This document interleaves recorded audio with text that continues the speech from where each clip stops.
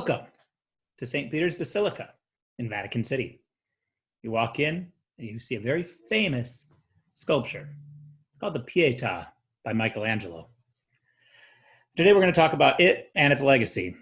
There's this joke that pops up every once in a while on Twitter, which somebody will post a picture about Michelangelo and something great that he did when he was young, and somebody else will respond, the fact that he was a turtle makes it even more amazing, or makes it crazier, makes it 1,000 times more fascinating, 10,000 times. This is a trope. It's a joke that comes across periodically. So you'll see here, for instance, we have a couple dates from 2019 and one from more recently. As is typical, I'm not going to give a lot of biography. In fact, I'll give hardly any biography about these figures, instead wanting to talk about the legacy. And in this case, we're interested in particular with the legacy of his sculpture, Pieta. Here's the image from Wikipedia, Michelangelo's Pieta of 1499. What you see is Mary holding the body of Christ after his crucifixion. There's plenty of websites and videos out there that will emphasize the artistic mode of this sculpture, and they're well worth looking into. Something that people are really interested in is the way her fingers seem to press into his flesh. He autographed this piece as well, and then the huge folds that are there in the marble that makes it almost look like fabric.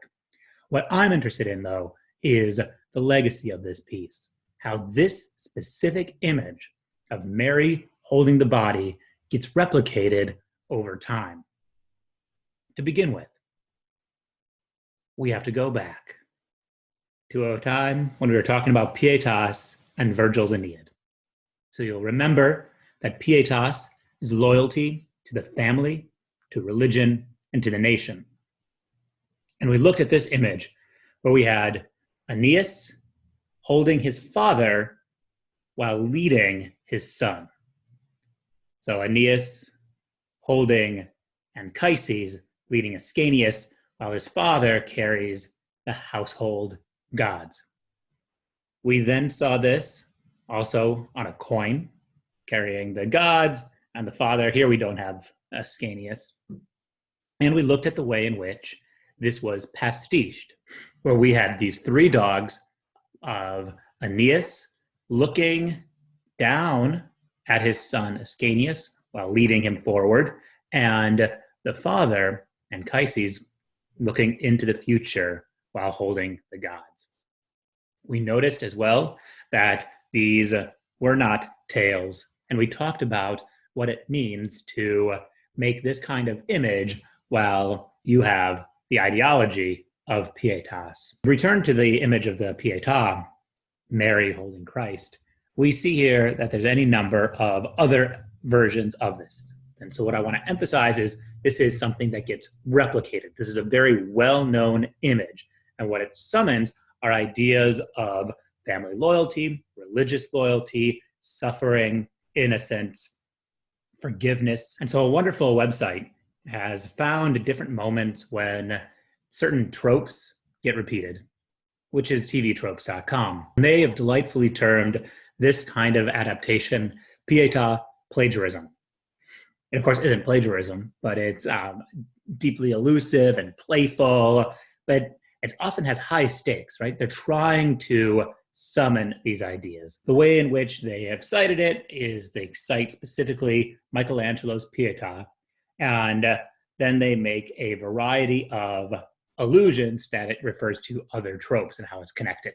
So I want to connect it to their eyes were watching God, and specifically the death of Tea Cake here on page 184.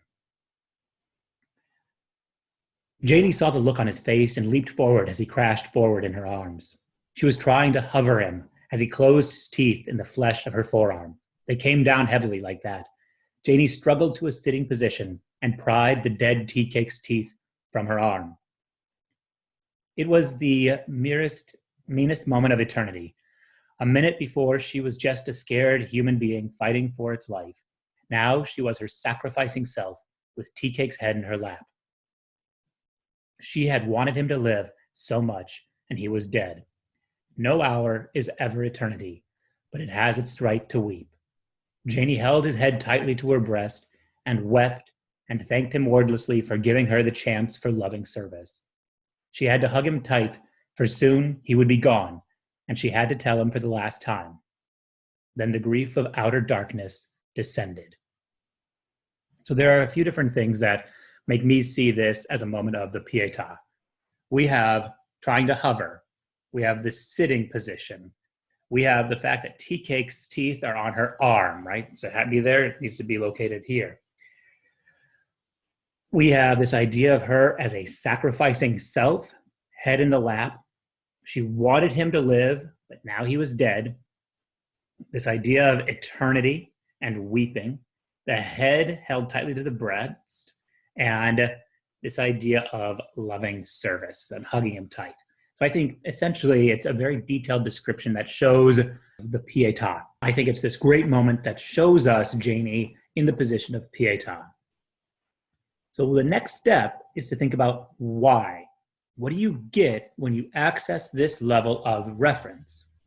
One of the things that it does is it renders Janie's sacrifice and loss almost a religious scale, right? It can be compared to the loss of Jesus for Mary.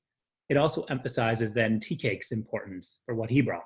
So I just wanted to share this with you. I know I mentioned it briefly in class when we were covering this moment, but I wanted to spend just a few more minutes detailing what I saw.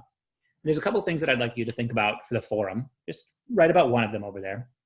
Number one, spend some time on the TV Tropes link, searching around for references to media that you know. There's a lot of anime out there doing it and comic books. Death Note in particular has some.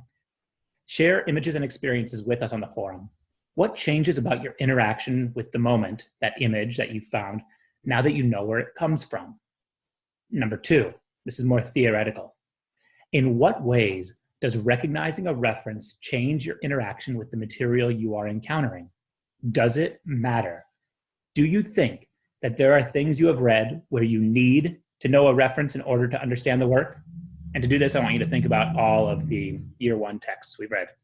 All right, with that, I hope you enjoy and have a good time. Keep thinking.